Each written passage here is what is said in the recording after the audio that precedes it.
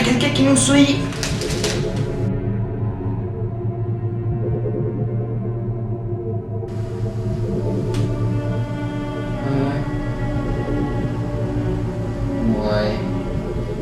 Ouais, donc finalement, oublie ce que j'ai dit, Fosselette. Ça a disparu, mais comment ça se fait? Bon, sinon, ah bah, on va plus tarder à arriver sur la planète Pokémon. Enfin, une bonne nouvelle, parce que, waouh. Ok.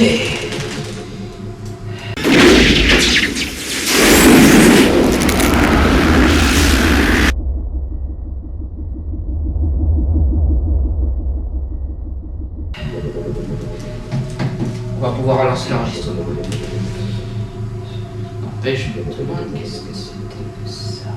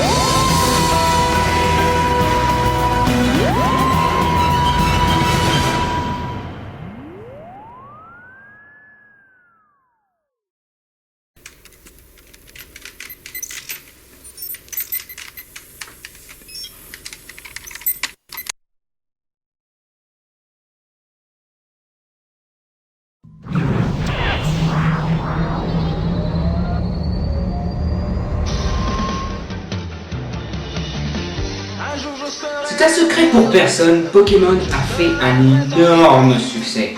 Donc c'est sans surprise qu'un jour, ils ont fini par faire un film sur ce phénomène. Lorsque la première bande-annonce est sortie, ce fut la folie. Déjà, même moi j'avoue que jamais je n'ai vu quelque chose d'aussi cool et d'aussi épique relié à Pokémon. Cette bande-annonce est toujours excellente. Mais bon, qu'en est-il du film ? Eh ben, je peux facilement dire que c'est le meilleur épisode de la série des Pokémon, mais ça ne veut pas dire grand-chose, hein, autant être honnête. Le premier truc intéressant à propos de ce film, c'est qu'il y a plusieurs versions. Notamment la version cinéma qui est sortie avec un petit court-métrage Pikachu le film. Les vacances de Pikachu. Un film entièrement avec Pikachu. Oula. Ouais, le court-métrage est assez débile, faut dire ce qui est. C'est mignon qu'à quelques moments, mais sinon ça reste débile. Hein.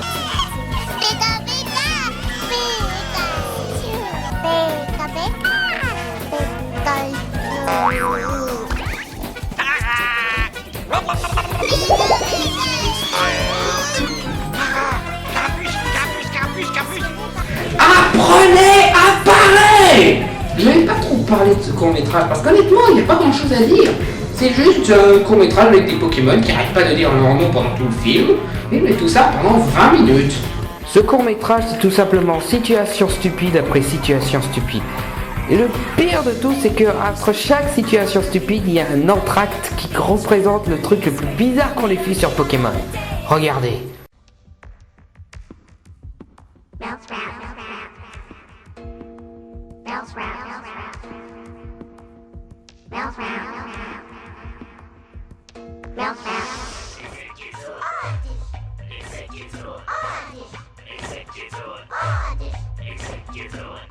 Waouh, ils ont dû en fumer des cartes Pokémon, les mecs qui ont fait ça.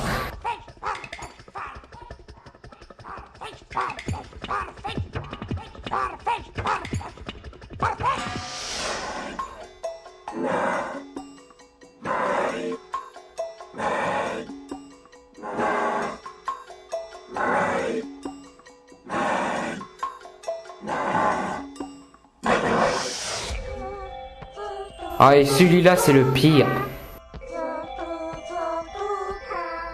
J'adore le fait que l'un d'entre eux ait les yeux fermés, histoire qu'on puisse se concentrer sur un élément pour éviter d'être complètement hypnotisé.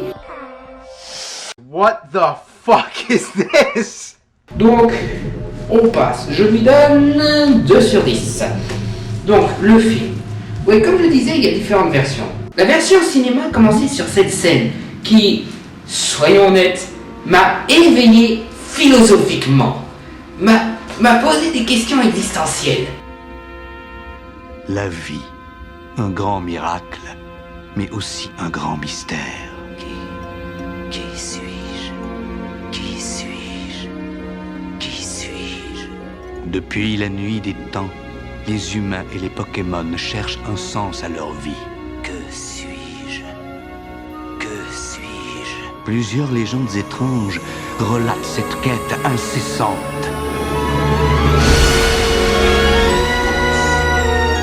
Donc déjà, on peut donner un plus à ce film.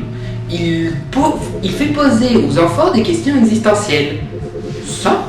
Ça peut être pas mal. Et sinon, il y a une autre version, la version cassette, qui commence sur ce passage, qui est devenu célèbre grâce au Nostalgia Critique, parce que si on n'y connaît rien en Pokémon, on est complètement paumé.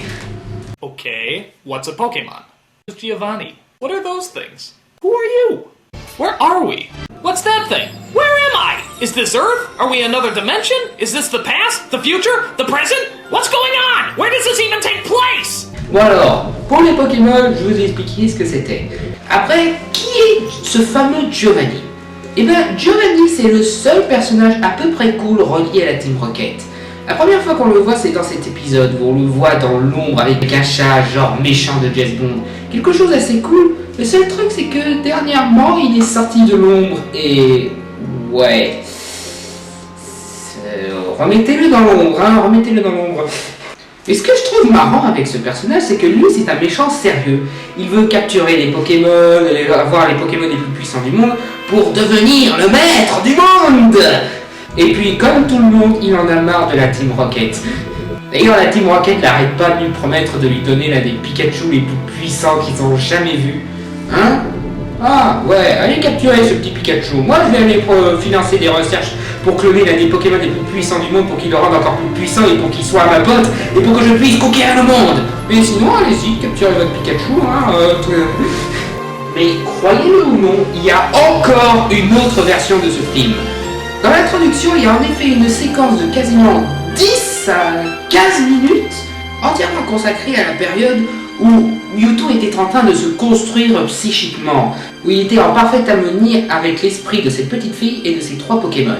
Séquence intéressante qui permet de montrer une certaine beauté et de comprendre ainsi la douleur du personnage de Mewtwo. Seulement, elle a été supprimée. Pourquoi ? Parce que les enfants sont stupides, ils vont pas comprendre. Et puis, il faut pas oublier de mentionner, durant cette séquence, on découvre que l'un des chercheurs a voué toute sa vie dans ce projet. L'esprit de cette petite fille, c'était en réalité sa fille. Et il en a tellement consacré que sa femme l'a divorcé. Ouais, mais c'est trop compliqué, les enfants ils vont pas comprendre. Le divorce, mais ils apprennent à dire la couleur bleue, on va pas les faire chier avec les divorces. Bon, revenons à l'histoire. Un groupe de chercheurs financés par Giovanni font des recherches sur le Pokémon le plus puissant de tous les temps, Mew. Comme ce Pokémon est extrêmement rare et officiellement mort, ces chercheurs ont dû trouver un fossile pour pouvoir créer un clone. Sauf que Giovanni a exigé que l'on en fasse une version améliorée. Et cette version améliorée, c'est Mewtwo. Moi, honnêtement, je trouve que Mewtwo est un gros plus pour ce film. Déjà, parce qu'il donne une atmosphère assez sombre au film, ce qui est un gros plus quand on sait à quel point la série est niaise. Un méchant très intéressant, un petit peu lassé de toutes les fois où il a été utilisé par les êtres humains et qui décide d'être son propre maître. Le seul truc, c'est qu'ils ont balancé le coup de « je vais conquérir le monde » un peu trop rapide. Hein. Je trouve ça un petit peu bâclé. Mais sinon, le fait qu'ils lui ont donné un manoir et qu'il se crée des clones, ça c'est très intéressant. Ça me fait penser aux méchants des films d'horreur des années 30, 40, genre Dracula, Frankenstein, avec un homme solitaire qui se crée des monstres, qui invite des personnes pour faire partir de son plan et tout. Ça a un certain charme. Après, le reste, suffit de voir le personnage principal, hein. J'ai faim, manger. Oh, ça suffit! Tu ne t'es pas entraîné de la journée! Je suis trop faible, Ondine. J'ai rien mangé depuis le petit déjeuner. Et alors? T'en fais pas, je t'ai préparé de quoi te remettre sur pied. C'est mon ragoût spécial fainéant affamé.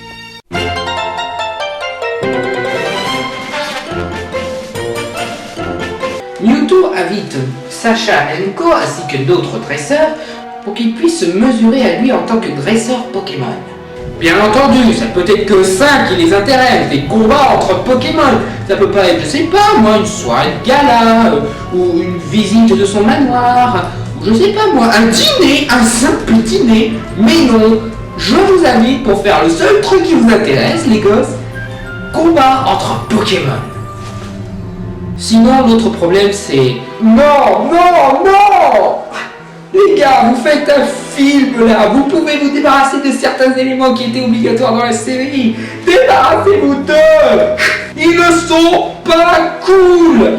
Et pour essayer de mesurer la puissance de ces dresseurs, Mewtwo crée une espèce de tempête pour mesurer le courage et la détermination de ses invités. Je vais vous montrer mon moment préféré. C'est la scène où le capitaine du port annonce qu'elle a annulé tous les départs de bateaux, parce que cette tempête est trop dangereuse. Écoutez-moi, les prophètes ont prédit le retour du grand vent des abysses. Pendant des années, j'ai espéré que plus jamais on ne connaîtrait le malheur qu'apporte cet orage. Les textes anciens disent que cet orage n'épargnera que quelques Pokémon. Mais leur peine leur fera verser des larmes qui ramèneront à la vie ceux que l'ouragan aura emportés. Aujourd'hui, il n'y a pas de larmes. Il n'y a qu'une mer déchaînée que nul ne peut affronter. Excusez-moi. Ce sont des vagues et des nuages noirs. T'as jamais été en Bretagne ou quoi? Qu'est-ce que tu me sens une prophétie? Oh mon Dieu, il y a des nuages noirs, c'est la fin du monde. Donc non seulement il y a la plus terrible tempête de tous les temps, mais en plus de ça, la fermière Pokémon de la ville a mystérieusement disparu. Un autre point extrêmement débile, ils ont mis l'affiche avec sa photo au cas où quelqu'un la reconnaîtrait. Et j'adore aussi la réaction de Pierre. Son visage me dit quelque chose. Son visage te dit quelque chose? L'as-tu pas remarqué que toutes les infirmières Pokémon de cette putain de planète sont toutes sœurs? Et que donc elles se ressemblent toutes? Évidemment qu'elles te disent quelque chose. Elles ressemblent aux 350 infirmières que t'as croisées durant les derniers épisodes. Donc bien entendu, certains ne prennent pas au sérieux le capitaine du port et y vont quand même. Comme par exemple Sacha et Nico, ils y vont à... Veuillez traverser. On vous amène. Nous les Vikings sommes bons navigateurs. Moi, Ingrid Colfoy, voici Marika à monter à bord. Vous n'êtes pas des maîtres du déguisement. Je veux dire, de tous les déguisements que vous auriez pu trouver, vous choisissez le seul qui prend une culture, un peuple qui n'est plus d'actualité. D'ailleurs, attendez une minute. Des Vikings? On n'est pas censé être dans un autre monde encore une fois? Qu'est-ce que des Vikings foutent là? Et puis bien entendu, les héros ne se doutent de rien. Oh tiens, des Vikings, ils sont pas censés être éteints depuis, je sais pas moi, des millions d'années? Non, pas des millions, des milliers au moins, mais bon, quand même. Je ne savais pas qu'il y avait encore des Vikings. Ils vivent surtout dans les parcs d'attractions. Ah, c'est la seule explication que t'as, toi. Mais c'est quoi?